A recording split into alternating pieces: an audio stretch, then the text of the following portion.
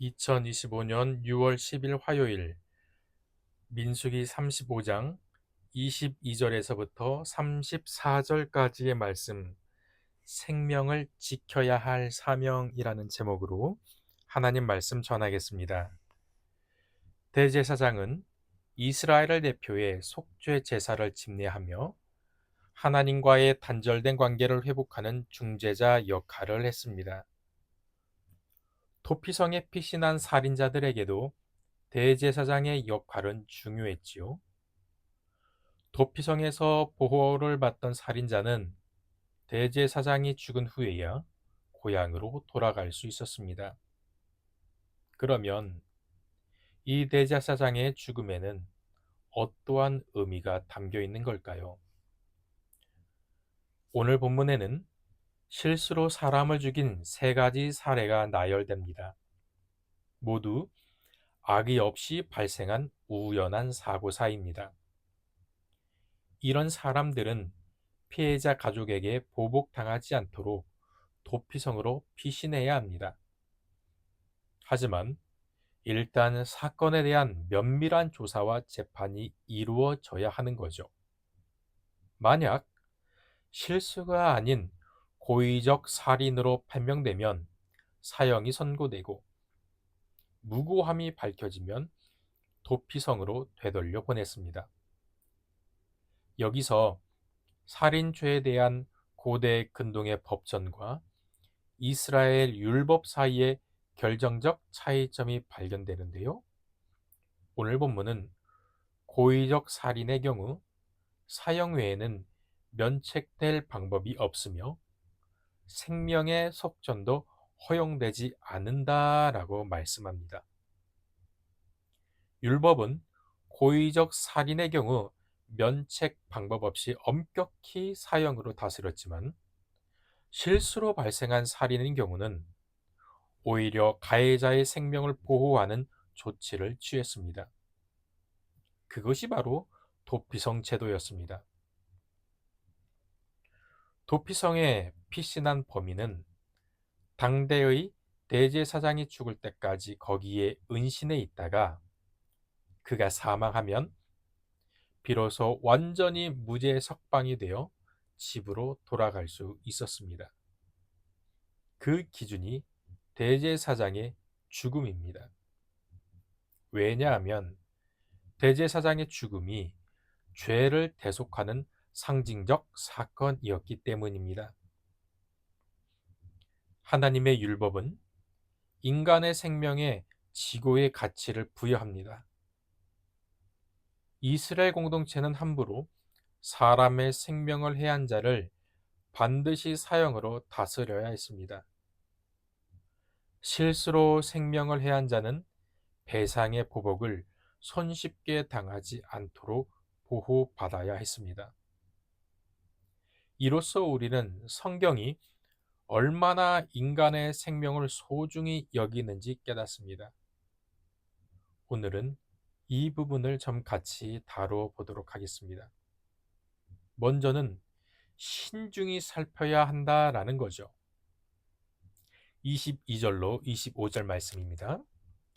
악의가 없이 우연히 사람을 밀치거나 기회를 엿봄이 없이 무엇을 던지거나 보지 못하고 사람을 죽일 만한 돌을 던져서 죽였을 때에는 이는 악의도 없고 해하려 한 것도 아닌즉 회중이 친자와 피를 보복하는 자 간에 이 규례대로 판결하여 피를 보복하는 자의 손에서 살인자를 건져내어 그가 피하였던 도피성으로 돌려보낼 것이요 그는 거룩한 기름 부음을 받은 대제사장이 죽기까지 거기 거주할 것이니라. 자, 본문은 의도하지 않은 살인의 사례를 언급하면서 우발적 살인자를 위해 도피성 제도가 있음을 다시 강조합니다. 도피성은 살인자의 신변 보호를 넘어 공동체 전체를 보호하는 장치였습니다. 살인자를 내버려 두면 피해 보복이 일어날 것이고 그러면 공동체 전체가 복수의 악순환에 빠질 가능성이 높아지기 때문입니다. 그러기에 살인자는 대제사장이 죽기 전까지 도피성 안에 머무르면서 만일 벗어나면 보복자가 그를 죽여도 죄가 되지 않았던 겁니다. 그러나 대제사장이 죽고 나면 자기 땅으로 돌아갈 수 있었습니다. 도피성에 머무는 사람의 자유가 대제사장의 사망 시점에서 부여되는 이유는 개인의 속죄와 회복이 공동체 전체의 문제이면서 하나님 앞에서 공적 차원의 해결이 필요함을 보여주는 겁니다. 이로써 공동체는 생명의 소중함을 다시금 각성하고 생명을 잃은 비극적 사건 속에서도 하나님이 허락하시는 은혜와 새로운 출발을 기대할 수 있는 겁니다. 히브리서 9장 11절로 14절에서는 예수 그리스도의 십자가 죽음을 대제사장의 희생적 죽음과 연결지으며 예수 그리스도의 죽음이 모든 믿는 자의 죄를 영원히 속하는 결정적 사건이 되었음을 밝힙니다. 즉, 민수기의 도피성 제도에서 나타난 대제사장의 죽음이 지닌 속죄의 의미는 이후 그리스도의 십자가라는 완전한 속죄의 사건을 예표하는 역할을 하는 거죠. 오늘날 우리도 누군가를 정죄할 때 개인의 감정이나 성급한 판단으로 접근하지 말고 하나님의 공의와 긍휼을 균형 있게 실천해야 합니다. 특히 사회적으로 쟁점이 되는 문제를 접할 때 성급하게 편을 가르기보다는 상황을 신중히 살피며 정의와 자비를 동시에 고려하는 성숙한 성도의 모습을 갖추어야 합니다. 둘째로, 생명을 거룩하게 지켜야 합니다. 33절로 34절입니다. 너희는 너희가 거주하는 땅을 더럽히지 말라. 피는 땅을 더럽히나니 피 흘림을 받은 땅은 그 피를 흘리게 한 자의 피가 아니면 속함을 받을 수 없느니라. 너희는 너희가 거주하는 땅, 곧 내가 거주하는 땅을 더럽히지 말라. 나 여호와는 이스라엘 자손 중에 있음이니라. 아멘.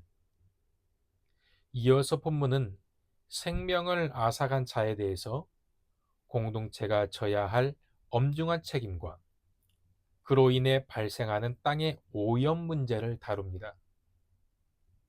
단 한 명의 증인으로 살인자를 사형시킬 수 없었습니다.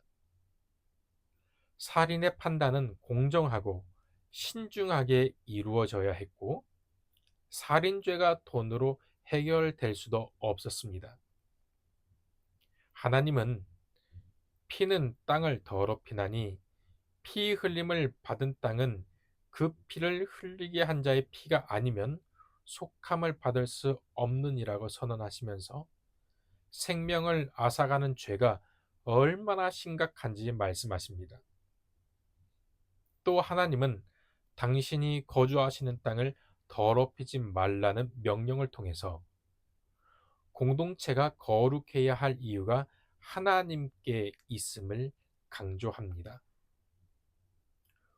오늘날 우리는 폭력과 살인을 포함한 각종 범죄에 무감각해지기 쉽습니다. 그러나 하나님은 생명의 가치를 그 무엇보다 타협할 수 없는 최우선적 가치로 여기십니다.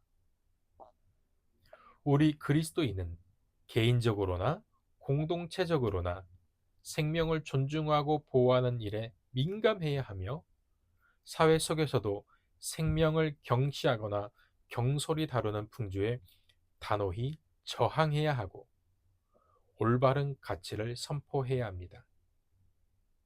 말씀을 맺겠습니다.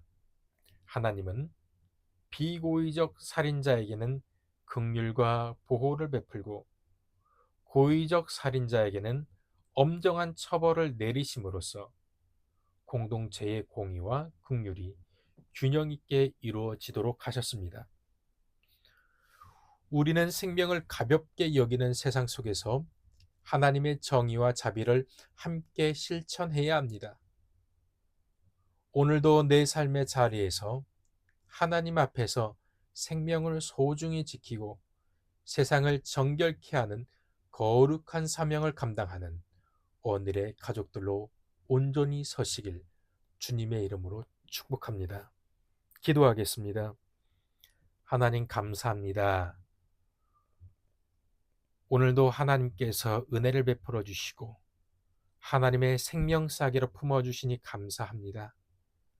오늘 주신 말씀을 가슴에 새기면서 내 삶이 오직 하나님 앞에 있음을 고백하게 하여 주옵소서.